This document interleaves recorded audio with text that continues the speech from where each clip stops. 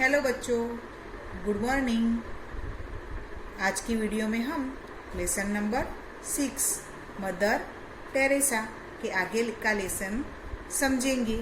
तो आप अपने हिंदी किताब में पेज नंबर 44 निकालिए।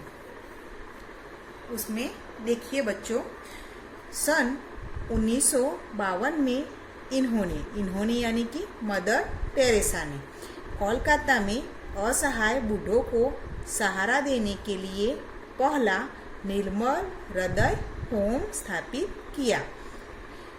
किनके लिए?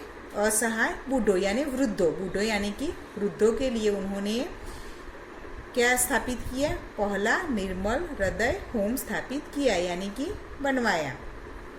जिन वृद्धों का अपना कोई नहीं था यानी कि वो असहाय थे, उनके लिए उन्होंने मदर टेरेसा ने वृद्धाश्रम बनवाया। उसका नाम क्या था वृद्धाश्रम का? निर्मल हृदय होम। मदर टेरेसा की ममता की छाया में बीमार, विकलांग तथा अनाथ व्यक्तियों को आश्रय मिला। मदर टेरेसा ने किन लोगों का आश्रय दिया? बीमार लोगों को, विकलांग लोगों को और अनाथ लोगों को आश्रय दिया। मदर टेरेसा की दृष्टि में ऊंच नीच व अमीर गरीब का कोई भेदभाव नहीं था। मदर टेरेसा जब सेवा करने के लिए जाती थे तो वो ऊंच नीच का या अमीर गरीब का कोई भेदभाव नहीं रखते थे, वो सभी की सेवा करते थे। इनकी सेवाओं को जनता द्वारा सम्मानित किया गया। मदर टेरेसा ने जो कार्य किए थे सेवा के, उनको किसके द्वारा? जनता के द्वारा सम्मानित किया गया। इन्हें पोप जॉन पॉल, क्या नाम है? पोप जॉन पॉल द्वारा शांति पुरस्कार प्रदान किया गया। कौन सा पुरस्कार बच्चों? शांति पुरस्कार प्रदान किया गया। भारत सरकार ने इनके सेवा कार्यों से प्रभावित होकर इन्हें सन 1962 में पद्मश्री की उपाधि भी दी। किसने? पहले जनता ने उनको सम्मानित किया और उसके बाद भारत सरकार ने मदर टेरेसा को सन 1962 में पद्मश्री की उपाधि दी। कौन सी उपाधि बच्चों? पद्मश्री की। उसके बाद 19 दिसंबर 1979, कौन सी साल? 19 दिसंबर 1979 को मानव कल्याण कार्यों के लिए इन्हें नोबेल पुरस्कार से सम्मानित किया गया। कौन से कार्यों के लिए? मानव कल्याण कार्यों के लिए। कौन से पुरस्कार से? नोबेल पुरस्कार से सम्मानित किया गया। उसके बाद सन 1980 में भारत सरकार ने इन्हें अपने सर्वोच्च सम्मान यानी सबसे बड़ा सम्मान भारत रत्न से विभूषित किया। हमारे भारत देश में जो कोई अच्छा काम करता है उनके लिए अलग अलग सम्मान दिए जाते हैं यानी कि मेडल दिए जाते हैं। उसमें सबसे बड़ा सम्मान कौन सा है? भारत रत्न। तो मदर टेरेसा को भी भारत रत्न से विभूषित किया गया। नवंबर 1983 में भारत भ्रमण के अवसर पर महारानी एलिजाबेथ ने मदर टेरेसा को भारत में ही ऑर्डर ऑफ मेरिट की उपाधि दी। भारत मदर टेरेसा को किसने? महारानी एलिजाबेथ ने क्या किया? जब भारत भ्रमण यानी भारत में वो घूमने के लिए आए थे, तब मदर टेरेसा के कार्यों से प्रभावित होकर उन्होंने मदर टेरेसा को कौन सी उपाधि दी? ऑर्डर ऑफ मेरिट की उपाधि दी। किसने? महारानी एलिजाबेथ ने। मदर टेरेसा का जीवन उनका अपना नहीं बल्कि दूसरों की सेवा में समर्पित था। यानी मदर टेरेसा ने अपना पूरा जीवन किसको? दूसरों की सेवा में समर्पित कर दिया था। उन्होंने दीन दुखियों की सेवा को वे भगवान की सेवा समझती थी। जैसे कि हम भगवान की सेवा करते हैं ना, उनकी पूजा पाठ करते हैं, उसी प्रकार मदर टेरेसा दीन दुखियों की सेवा करती थी। 87 की 87 साल की उम्र में भी गरीबों की सेवा में वो लगी रहती थी।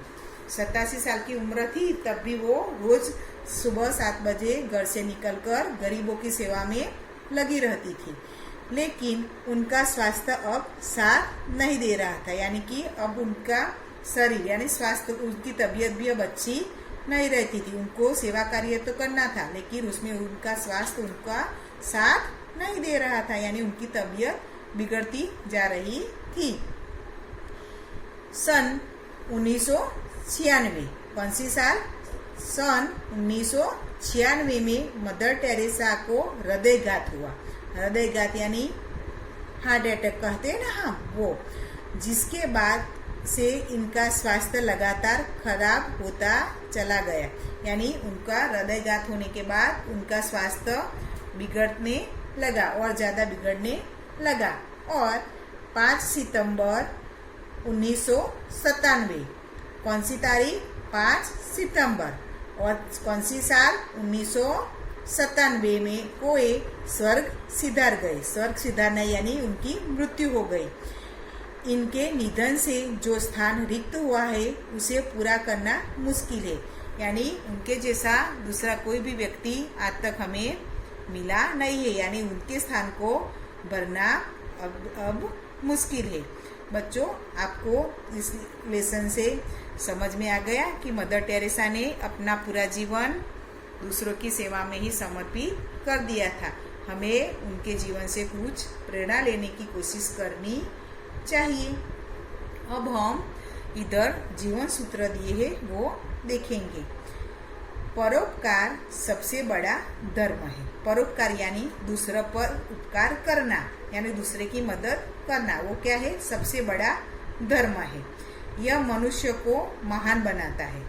जो मनुष्य अपने लिए तो सब कुछ करता है, अपने परिवार के लिए भी करता है, लेकिन जो मनुष्य दूसरों की सेवा में अपना जीवन बिताते हैं, दूसरे की सेवा करते हैं, दूसरों को मदद करते हैं, वो महान, उनको क्या बनता है?